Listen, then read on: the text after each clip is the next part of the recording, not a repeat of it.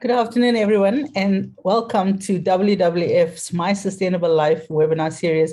We've taken a slightly different tact on just giving you a webinar and actually now offering everyone a wonderful conversation around various aspects which WWF works on. So we're just going to give people a few more moments to log in, and then we're going to start the conversation with two great chefs, Jason Whitehead and Mohadi Itsweng.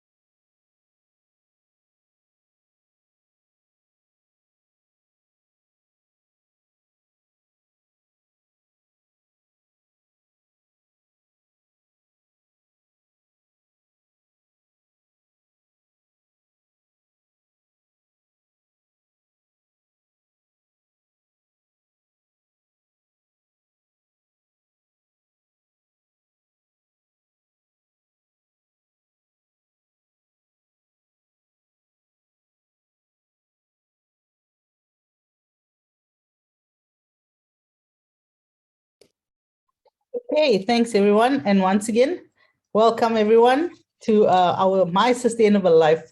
I'd like to say fantastic conversations that we're going to have with some really inspirational folks. My guest today, Chef Jason Whitehead, who I'm very proud to say is a WWF Sassy Ambassador, as well as a well-renowned world-traveled chef with lots of experience under his belt. And Jason actually has a wonderful book out called My Lockdown Cookbook. So, we'll be chatting to Jason as well as Mohadi, who is the next wonderful chef and who is an amazing vegan chef who also has a wonderful book out called Vegalicious. So welcome, Jason. Welcome, Mohadi. Before we kind of launch into our talk, I thought I'd just give our audience a bit of a background. South Africans are very passionate about food. It goes without saying, whether you're cooking a biryani or you're making a chisinyama and pap, or whether you're making a milk tart or buying a Gatsby, South Africans love food. And it's because it's part of our culture.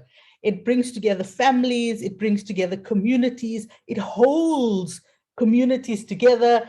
It's a sense of where we sit down and enjoy each other's company. It's a sense of where we kind of, you just kind of let go and enjoy yourself. And food brings communities together. Food binds us as a nation as well, because we've got also such distinct South African foods that we eat. And in South Africa, food is both inspirational, but also aspirational. And a lot of people in South Africa have a great food culture because they want to try different things, share different things. The other thing that we're also unfortunately known for is our food waste footprint. In South Africa, we waste around 10 million tons of food per annum. Now, that is a frightening number when you consider that that's about 61 billion South African rands wasted per annum. That's close to about 2% of our GDP. Now, in a country where we have got 30% of households that are hungry, over 1.5 million children that don't get 3 meals a day, it almost borders on being immoral and unethical in terms of the food we waste. And we need to change our habits. We need to think about reframing what we do with food, how we store it, how we, what we consider waste, how much we buy. And I think that's around the conversation we want to have today with the two chefs. So, I think I want to start with Jason and Mohadi kind of talking about, they've chosen very amazing routes when it comes to food, when it comes to sustainability, when it comes to the choices that they're making as chefs in this culinary space. And I'd like, maybe start with Mohadi to just talk a little bit about why have you taken this very different journey from what mainstream culinary and mainstream chefs are following? Well, thanks so much for the intro, Pavs. Well, for me, it's I had to take a conscious decision. It was a conscious decision to take this route because as a human being living on this planet, I had to find a way that I live sustainably on Earth. That not only just is about me, but it's also about the future generations. Just making sure that my decisions or my choices that I make now are good for my health, but also for my, for the health of the planet, but also not making sure that the future generations have got enough resources to live their best lives. I'm not literally depleting all the resources with my choices that I'm making now. So it was a conscious decision for me to be to live a sustainable life. And it's, right now it's happening all over the world. People are waking up, consciousness, and are actually looking and seeing what's happening with climate change. And especially with COVID, it literally woke us up and shook us to make us understand our impact on this planet. And it's not just us on this planet, but also other living beings are here on this planet with us. So it's a conscious decision that I made because of what's happening in my life, what happened in my life, and also just me wanting to have a good impact on the planet. And chefs play a very important role in that, in that space. Thank you, Mohari. You're spot on. It has to be a change in your life. It has to make a conscious, fully integrated decision that you make. So, Jason, I'm interested to see, I know, obviously, I've worked with you for many, many years now. And very much like Mohari, you've chosen to embrace sustainability. You've chosen to embrace sustainable food practices. And if you can share with us, like, why bother? I mean, the culinary industry is I often refer to chefs being the rock stars of the world nowadays. Every other movie, every other TV show is about chefs. But why choose a route that is generally not always the favored route? Jason, you're on mute. How rude. Hi, everybody. Sorry about that. Thanks for having me on. Always a privilege to do these kind of talks with you, perhaps. Sustainability for me started when I was quite young. My father was a nature conservationist, so I've always been brought up, being conscious about nature and sustainability and animals. And we used to go camping every second weekend, and we used to, be able to park on the beach, and my dad would go out diving, and we'd be able to, take pelimun and crayfish. And obviously we were given permits of the amounts of things you're allowed to take out of the sea.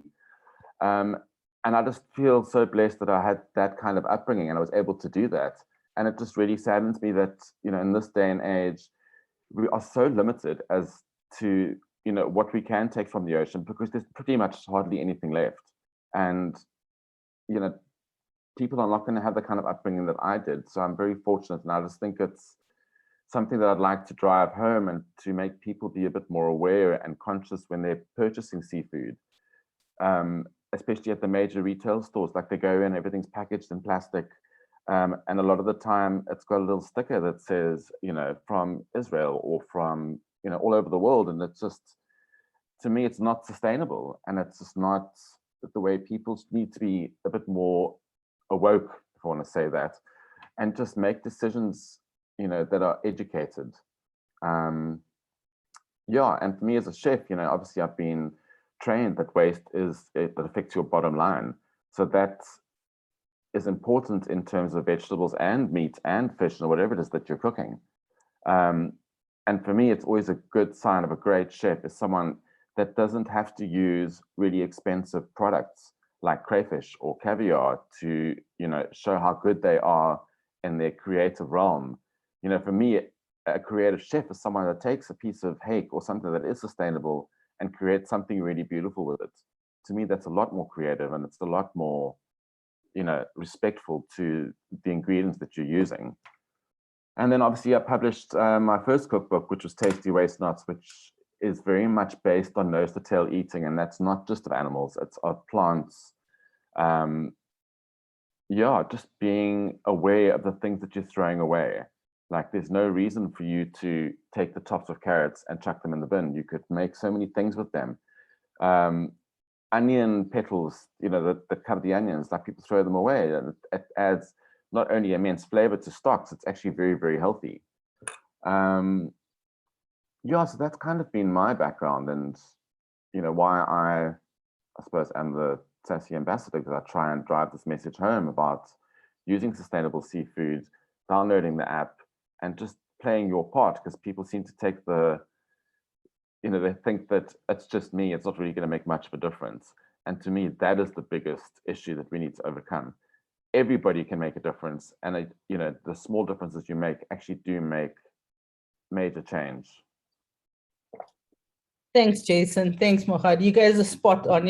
Very often when I talk to people and I ask them, what is your environmental footprint? Everybody tells me about not driving their cars, switching their lights off, not spending on this and that. And nobody actually says to me, well, everything on my plate has an environmental footprint. Nobody is able to connect the dots that whatever goes into your plate actually used up soil nutrients, it used up water, it used up energy, it used up resources, human labor. So when you throw something away, people don't make the connection that actually you're throwing all of those very important, limited natural resource that our planet is trying so hard to give us, to actually, you're throwing those. And we did WWF did a fantastic report a few years ago where we did something called a life cycle analysis, where we actually wanted to quantify how much were you throwing away when you wasted something. And I remember reading those stats, and it gave me a bit of a fright, because they said if you waste a mouthful of steak, you have wasted 22 cycles of dishwashing water. So you might as well have run your dishwasher for 22 cycles by throwing that mouthful of steak away. Other things, like if you wasted 1 liter of milk, that's equivalent to 60 bathfuls of water.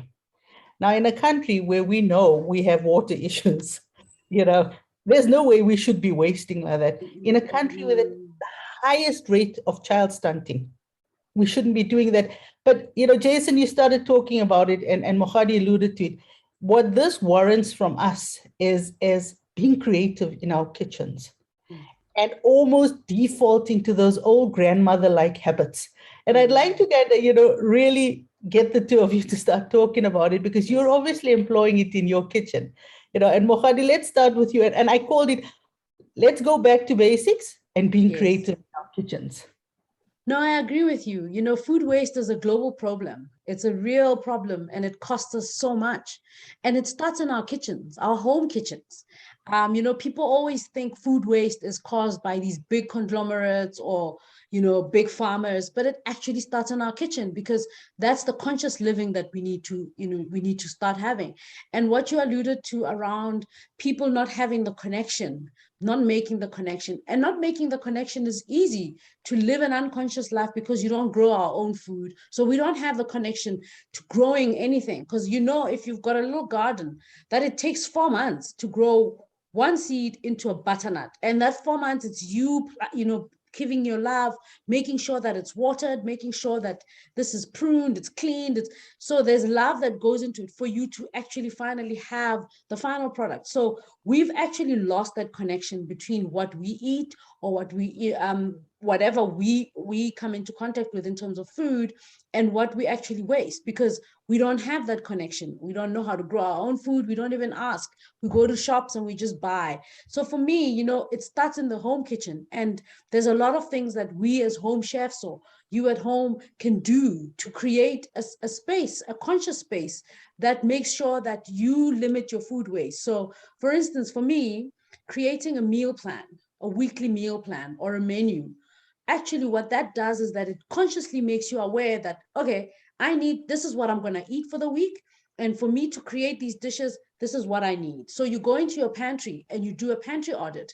Pantry audit gives you an idea of what's there, what's in your food, before you go shopping, before you make your list, make sure you look in your pantry or you look in your fridge. What do I have? What do I still have? What is still in good condition? Because some people have like flowers from 20 years ago still sitting in the back of their car because they bought it in bulk somewhere, So you need to literally be awake around what's in your home and what's in your kitchen, what's in your pantry. You make a list, you make the pantry audit. Once you've made that list and you go into the shops, you now consciously are aware of what I'm making for the week, what I need to get, what I'm short of in the pantry, what I need to restock on. So another thing that I normally do is I prep and I store everything with care. So if, for instance, I buy, I normally make sure that on a weekly basis, I buy fresh vegetables. I don't buy fresh vegetables in bulk, purely because fresh vegetables go off. I mean, we all know you've packed your whole fridge with greens, and in a week, you can't eat all that in a week. And some of it won't last a week, won't last more than a week, only a few things here and there will last a week. So the bulks that I buy is normally dried goods. So I'll buy my beans, because I know the beans will stay for years, and I store them in jars. Also, what the jars do is that they remind you of what you have in your pantry, because it's there, it's clear, you can see it, you can see how much of it you have, how much you still need to refill. And I make sure that I've got everything that I need. But fresh vegetables and fruits, I always make sure I buy them weekly, purely because it's just easier to eat something for a week, and I know I've got fresh vegetables every week. So another trick that I do is I apply what we use in the restaurants as FIFO. It's first in, first out. So what you then do, I mean, Jason knows. So in your fridge, because what we normally do when we buy or when we're cooking, we'll take the first things out that are in the front of us. When you open the fridge, the first thing that you see in the fridge, that's the stuff that you're going to reach out for. And in the back, you don't even bother with the back. So what you then do is that the new things, the fresh things that you've bought, you put at the back of the fridge, and the things that are already in the fridge, you put in the front, so that you can use up those things first. So that always makes sure that you limit your waste, because a lot of stuff that gets wasted is those things that sit in the corner there in the fridge that you don't even see anymore, because you've got this fresh lettuce that's taking up the whole fridge, and it's making the fridge looks now, and all you want to do is just grab onto that lettuce and you forget about the back of the fridge. So first in, first out, that's one of the things. Food storage. So I make sure whatever dinner, if we're having a big dinner and I've got all these vegetables, all these things lined up, whatever's left over, we put in nice containers, clean containers. We're going to reuse them the next day, either for lunch, for breakfast, or whatever we use. And those things, again, are in the front of the fridge. Those are the things that we use. If there's any leftovers, well, there's hardly ever any leftovers in my house, because I live with boys and they eat everything. But if you do store them in nice containers that can close, and and also another thing with storage is, if, for instance, you are making a change around what you eat, and you're trying to find a way to not abuse, or to not even just to save money.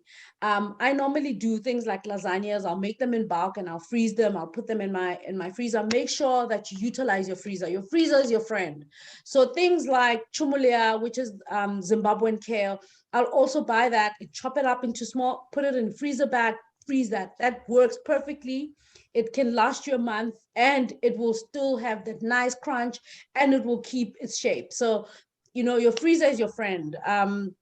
And then reusing of the food scraps. As Jason alluded to earlier, we chefs find creative ways, because again, food waste is your bottom line. So you try and find creative ways to use up your food scraps. For me, I mean, I always get people saying, yeah, but I want to use the whole plant. I'm just scared that it might have pesticides or whatever. So I always advise people, when you buy fresh vegetables, first thing you do when you get home, you soak them in a solution of hot water or warm water with a little bit of salt or bicarb. Soak them for 30 minutes and then rinse them off. It gets all the grime out. It gets any pesticides, any residual, anything that you might think could be harmful for you. Then you can eat that vegetable as is, scrub it, and you can roast it without having to peel the potatoes, because I find that things like potatoes, butternut squash, pumpkins, those are the most wasted vegetables in the world, and people just don't know what to do with the peel. And it's like, roast that peel, wash it, roast that peel.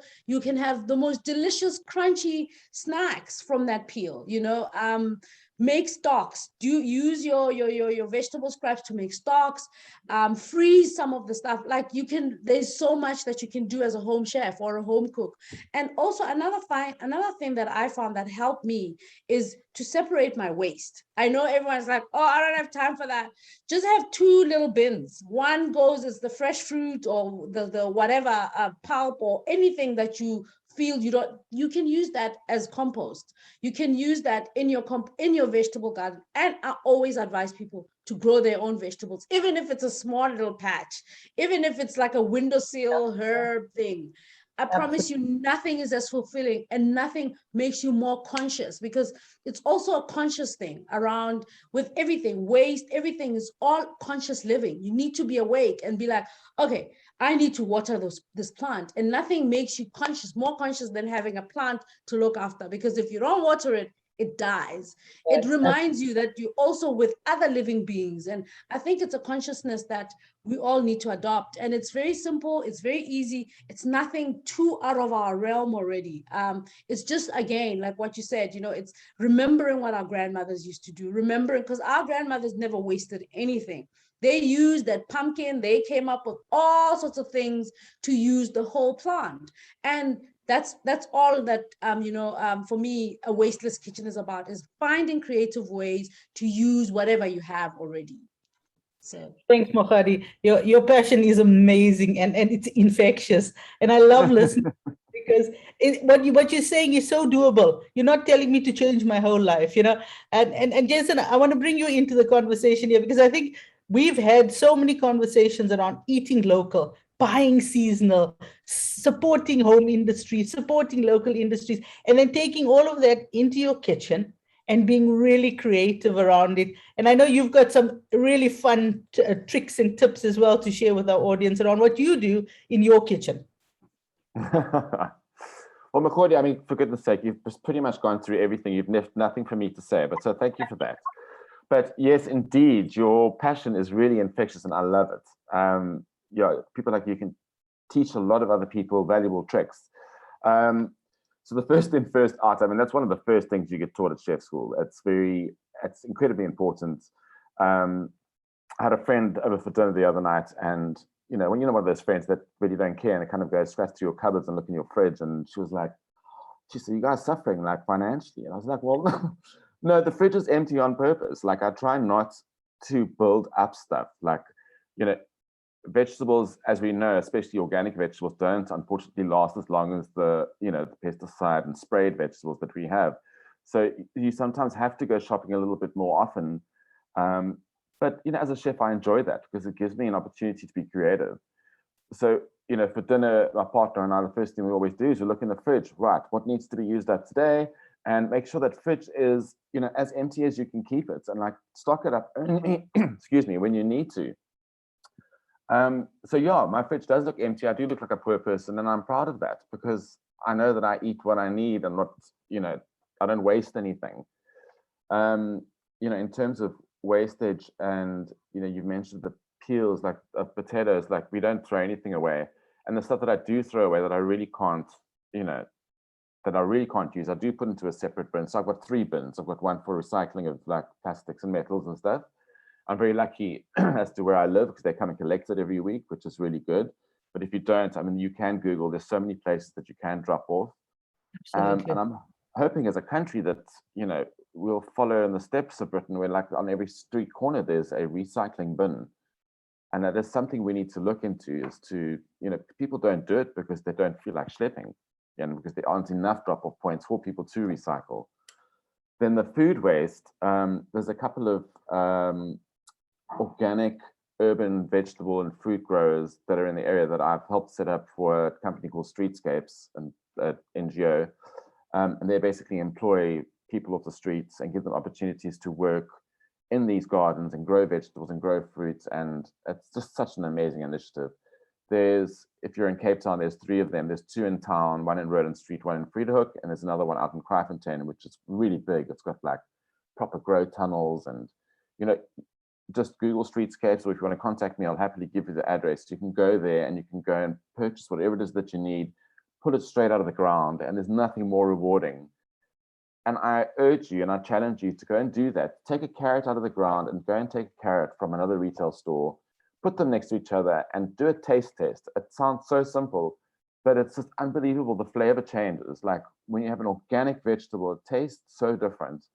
And obviously psychologically, you're putting that into your system. You know that you're feeding your body with stuff that has not been processed, that hasn't been sprayed. the long-term effects, and there's been studies done on this, like of fruit and vegetables that have been sprayed with pesticides. People don't even think about it because it's just the norm. Like you go to the vegetable store and you buy your vegetables, and that's, I'm being healthy. Take it a step further and just do a bit of research as to how those vegetables stay fresh for so long. It's not normal. If you take a carrot out of the ground, you put it in your fridge, 2 or 3 days later, that carrot's gone limp. That's the life cycle of a vegetable, and that's Absolutely. normal. Yeah. In terms of wastage, like, and I'm not vegan, I do try to eat a lot more vegetables, but if I am going to eat meat, if I buy a whole chicken, I don't buy pieces of chicken. And like, some people understand, they don't know how to portion chicken. There are YouTube tutorials, just go and download it. It's really not difficult. Just get a sharp knife and, after a bad day, butcher the chicken and then roast your chicken. I then use the bones and I re-roast them after I've eaten, and then I put them into a stock pot, which I leave on the stove for like 2 days. And as I'm cooking stuff, any leftover bits of food goes into that stock pot, and it just slowly reduces and reduces. And not only are you creating an amazing flavorful stock, there's so much health and goodness in that stock because you know what's going in it. You haven't put any preservatives, you haven't put any sugars. And then that stock, obviously I don't endorse plastic, but I do buy plastic ice trays because I reuse them. They don't go to waste, So if you're going to buy plastic, make sure it's something that you reuse on a regular basis. And I fill that up. I've got one for chicken, I've got one for veg, and I've got one for meat. And every time I need a stock cube, I don't have to buy it in a little packet that looks like sand. I can pop out a stock cube from my freezer, defrost really quickly. I know exactly what's been in there. There's so much more flavor. Should I keep talking? Because I can go on forever. No. I love the tips you're throwing at us. The ice cube tray for stocks is a brilliant one. Because it doesn't take much space. You're going to have ice cube trays in your freezer in any case. So why not have one that's storing your cubes of stock? And Jason, you and Mohadi alluded to two very interesting things. In other words, become a smart shopper. South Africans unfortunately have this kind of pull and push around. I'm buying bulk because the perception is that it's cheaper. But if I'm buying bulk and I'm wasting half of it, actually you actually haven't made much of a saving. So if I'll start with Jason. How do we shop smarter? How do we, when we go to a store? I know one of the tricks that I've learned over the years is don't shop when you're hungry. And don't impulse buy. And beware of the 2-for-1 specials. So, how do you, I'll start with you, Jason, and then lead into Mohadi. How do we become smart shoppers when we're buying food? Okay, so, I mentioned this a while back. I saw an Instagram post of a very well-known chef in Franschhoek. And that just really resonated. And this is not necessarily something that, normal consumers do, but I just want to tell the story because I think there's so much to learn from it. And I really wish more chefs and restaurants would do this, that they don't order in lamb chops anymore. They don't order in a beef fillet. So if he's going to serve meat, he orders in a whole pig and he butchers it himself and he uses every single piece of that animal. So the menu's changing all the time, which I think is, it's great because it keeps chef creative. You're not wasting anything. The amount of meat that, it just doesn't make it to your table because everybody just wants to buy the popular cuts. And I know this might sound a bit harsh, but if you unable to do a nose to tail way of eating when it comes to meat, you shouldn't really be eating meat. Then you should rather be eating, buy a whole chicken or buy, eat eggs, eat vegetables. But, that's kind of my message, and it doesn't always well received, but, that's okay. And bulk buying, it's just, that you're not going to use it. Like you're thinking that you're going into a shop and you're buying a huge, bag of carrots or potatoes or whatever. Let's be real. Like, how are you actually going to use all of that food? Are you going to be, whatever you throw away, you may as well just throw money out the window and buy what you need. And as Makodi said, if you've got a menu that you've typed out for yourself for the week, you know what you need. You know exactly how much to buy. Buy what you need and don't, think that you're going to be saving money by buying in excess. There's nothing saving when you buy in excess. Exactly, Jason. And you know what Yeah. people also don't realize is they don't realize that if you don't support local, if you don't buy local foods, you've actually increased your extended carbon footprint. Because Yes.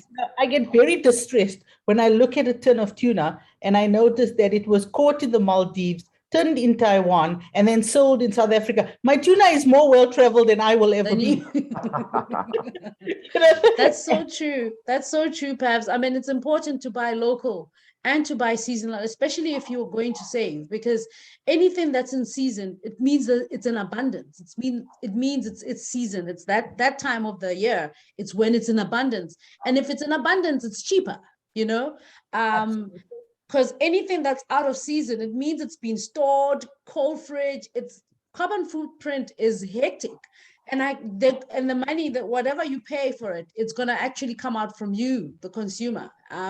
So buying local, I mean, I go out of my way to buy local. I make sure I speak to my my grocery store where I buy my vegetables. I always speak to the guy there. I find out where's this from, who's the farmer. I read the labels to see if it's South African. I won't buy chicken from Brazil. I won't buy, even though it might be on special in the shops, because that's what people will do. They'll buy those frozen chickens and keep them because they're cheaper. But those, if you read where the chicken is from, who wants to eat chicken from Brazil when we've got chicken farmers here in South Africa who are doing an excellent job, and you can trace it back to where the chicken, if And you're you don't not want to happy buy with a chicken that's the same size as a small dog. I mean, guys, look at it. That's not normal. It's not. It's the same with fish. It's the same with fish. You're buying frozen fish from where. Always read your label. It's so important. It's actually a matter of life and death. Because for me, I want to know where my food comes from. I don't care what's going on. If it's from Brazil, then I need to know that it's from Brazil so I can make that choice whether I want to eat chicken from Brazil or not, which is why I think it's very important, even on store level, when you're going into the shops, ask questions, ask where's this chicken from, even if it is a Pick n Pay or a big supermarket, someone will answer. If you can't read the back, if it doesn't show, because sometimes it won't show on the back, just ask the questions, because it really, really is important, and it works out cheaper for you in the long run, even for your health, because in the long run, you might be saving on money here and now, but in the long run, you get sick, and that costs you even more. It costs you more than money. It costs you your life. A lot of the communicable diseases that we suffer from South Africa is because of that kind of mentality of trying to save. Why are you trying to save?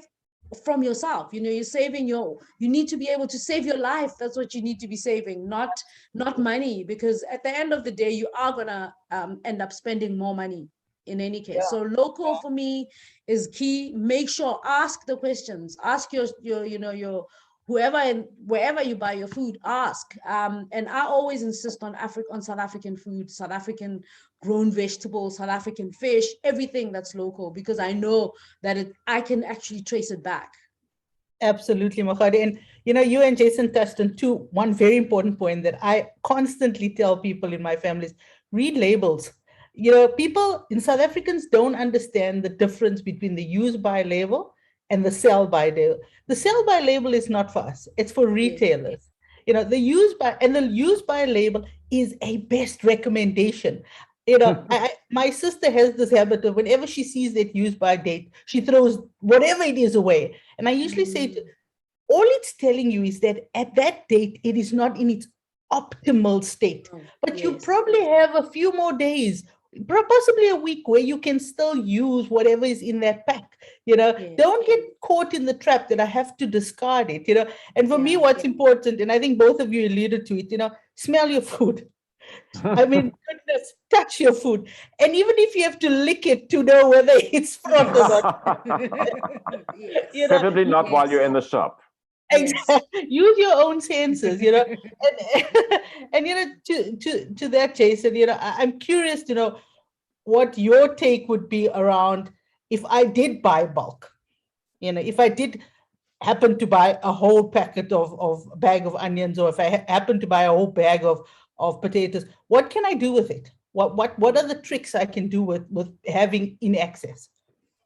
Well, for me, being a chef, obviously I take great joy in, setting aside a day and, processing food and making different types of recipes from onions and onion soups and onion stocks and onions, whatever, and then freezing it. You've got to think in, put some music on. If you want to buy bulk something, you must be prepared to be able to process all of that stuff in a certain period of time, and then either, freeze it or store it in the fridge, but there's nothing worse than, buying all these big things and then getting home and you're too lazy to process anything when you know that it's going to end up in the bin. You're not doing yourself any favors. You're not doing the environment any favors. What was the question? It's around being creative when I do buy bulk. Yes, yeah. So just, for me, it's very therapeutic. I can do it all day long. So yeah, if you're going to buy bulk, I think the key thing to take home with you is to make sure that you're going to set aside some time to either process the food in a way that you know that you can store it for a longer period of time. And just quickly on the labels, not necessarily sustainability driven, but just from a health perspective, I urge everybody, and I said this in my first book, people that don't read labels, you don't actually know what you're putting into your body. There's, certain retail store that sells mushroom sauce on the side. It's always, where the schnitzels are or the cheese sauce. Turn that little sachet around and just read what goes into that. If you have a mushroom sauce that says there, mushrooms 2%, what on earth is the other 98% of that sauce? That's not, and if it's got an E and 3 numbers next to it, you're looking at, overly processed stuff that's been made in a lab. Like making a mushroom sauce literally takes 5 minutes, and it's cheaper, it's healthier. Like, absolutely. Just become more conscious of the stuff that goes into the stuff that you're buying, that you're putting into your body. Yeah, very much so. I mean, no, definitely. Mokgadi, I to add to what Jason said around if I'm buying in bulk, and I literally with vegetables, I'll chop them up and freeze them. Green beans, if I've got like if I visit the farm, like we normally go on weekends, we'll go to a farm out in Mahalis, and I come back there and they've like given me bags and bags and bags of spinach. Or I get home, first thing I do, I chop it and freeze it. It freezes so well. A lot of vegetables actually freeze well. Or create bulk vegetable dishes, make like curries and sauces and freeze those. With tomatoes, if you buy a big thing of tomatoes, you can make tomato sauce, you can make pickles, you can make all sorts of things. Just be creative, think outside the box around what you have and say, okay, what am I going to do with all these onions? Make onion pickle and keep it. That will keep, if it's pickled, it can keep for a year there, So think outside the box, make your life easier, make your life easier. Make that bulk purchase work for you rather than the other way around. absolutely. Yeah, I mean, there's lots of good suggestions coming through on the chat. I'm trying to keep up with the chat and the questions. So, people are saying, if you're going to buy bulk, share with your neighbors, share with communities. There's that option as well. Nothing stops you from hanging on to it. Share with other people, swap. I mean, during lockdown, we were all swapping. I mean, can I have a liter of milk? Do you have a clove of garlic? Why not still keep those practices going? I think they become important, and I think Leon asked the question is, how do we, what we're talking about, this conversation, look at it in its bigger context of the sustainability development goals? Well, I mean, we've made a commitment to South Africa to halve our footprint by 2050.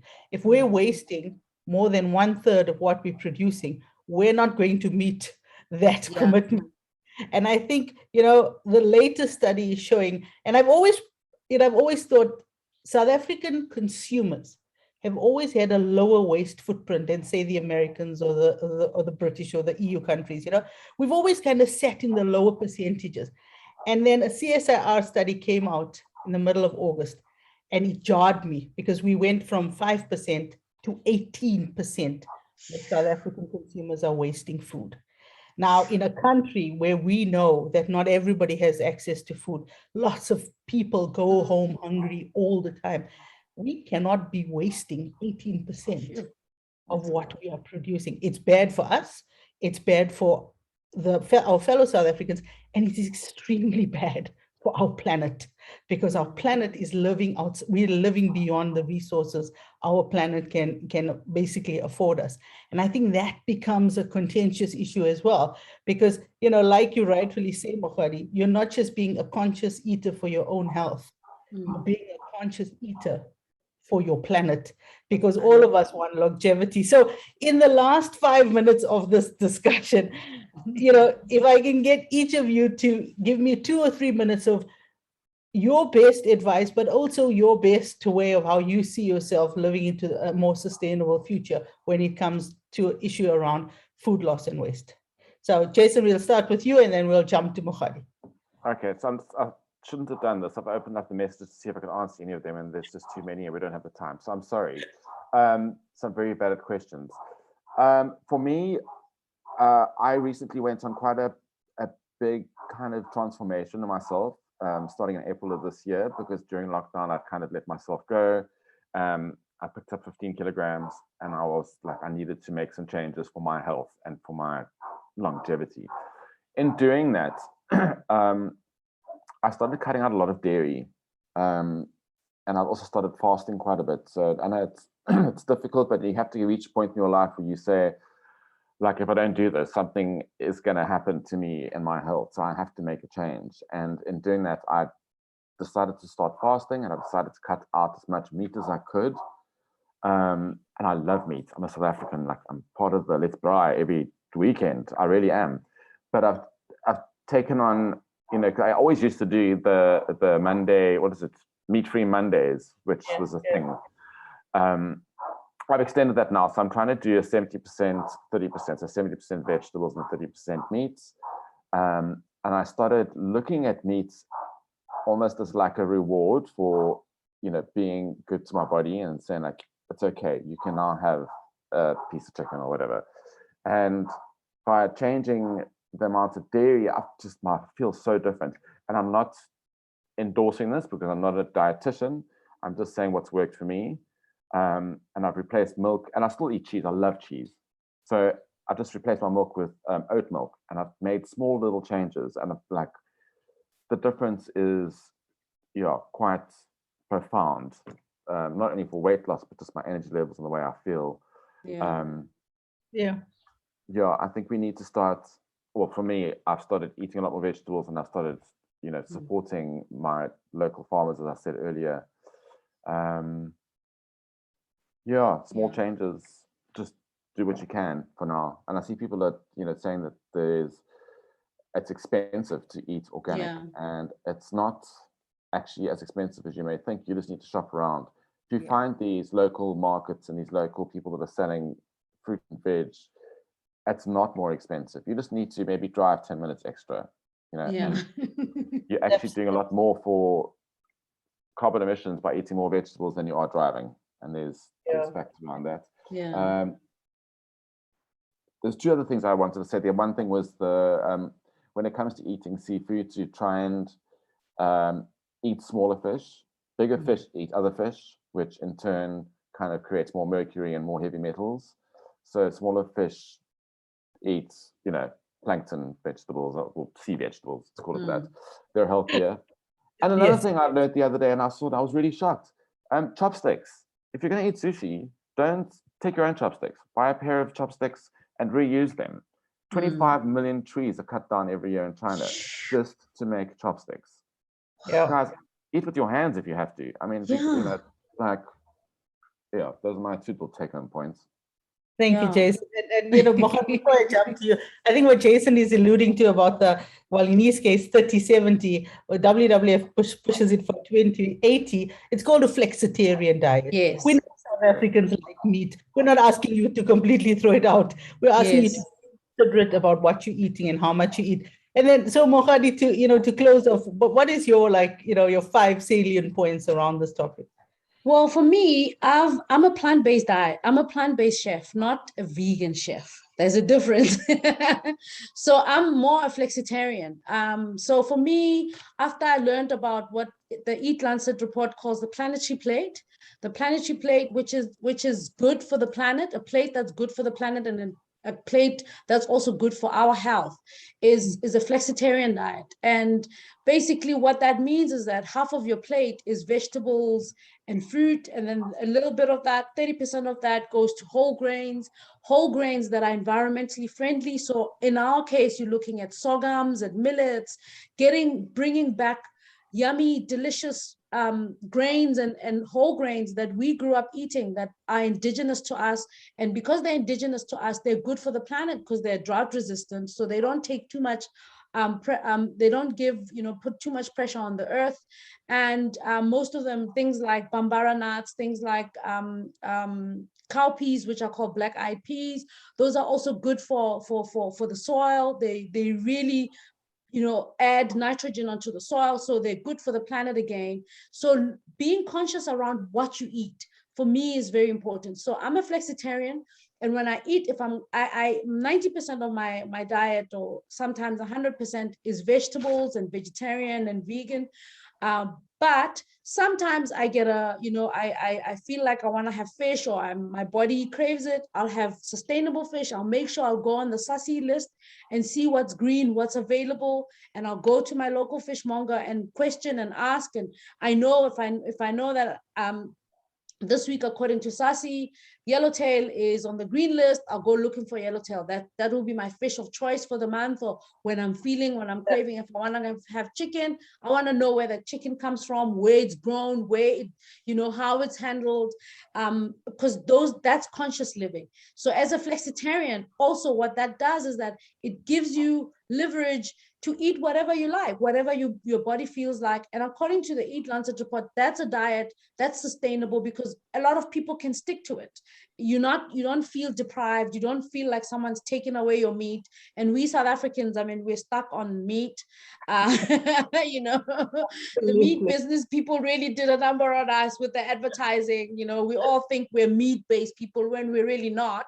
But if you still want to have your meat, you still are able to eat your meat. But obviously, you're conscious now. You're also, the meat that you're going to eat needs to be top tier. It needs to be top class. It needs to be well provided for. It needs to be meat that actually deserves to be in your body. Because now you've got half your plate is vegetables, it's grains, it's all these yummy things. You don't want to spoil it by getting some cheap meat that from Brazil or whatever. So the consciousness comes in once you become a flexitarian, because you're asking yourself all sorts of things around your plate. And us as South Africans, we've got a plate to move from to get to that planetary plate. We've got a 7 colors plate that we all aspire to. That's already planetary, if you look at it, because 6 of those things on the plate are all vegetables. The 7 colors, the colors that come there are all vegetables.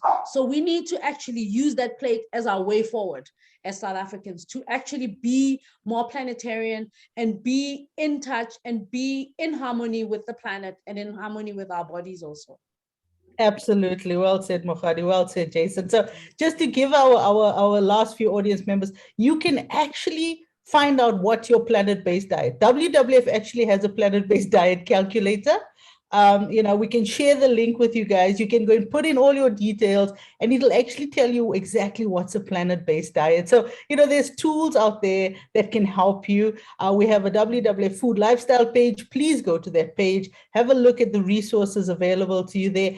And then just finally, for me to say a heartfelt and a very big thank you to Mohadi and to Jason. You guys have been so inspirational. I'm tempted to go and audit my fridge after this one. And just look and remember that rule, first in, first out rule. I'm kind of playing around with it in my head as well. And also to understand that, what I eat impacts my planet and it impacts my future. And I have to be considerate of that as a South African and as basically an inhabitant of this planet. I love the saying, and I can't remember who said it, but they said, it's not a matter of you working to make a better planet. It's a matter of you working to leave better people. I think that's our role, both Jason and Mohadi's role and WWF's role, so that we can actually look after this amazing resource that we have. So once again, thank you. Thank you to our audience members. You guys have lasted longer. We've stolen 10 more minutes of your time, so I'm very grateful that you hung around. If you do have any burning questions, please do contact us. and we can put you in touch with Mohadi and with Jason, and they can always correspond with you one-on-one. And I urge you to please buy their books. I went on the weekend and I bought a copy of both, and I was so Yay! encouraged to read it. I really was. They're fantastic resources, and I'm proud to have them on my shelf in my kitchen, and ones that I know I will constantly refer to. So thank you, ladies and gentlemen, and have a good further week, and watch out for our next webinar. Thank you, Mohadi. Thank you, Jason. Thank Thank you. you so much for having us. Thank you so much.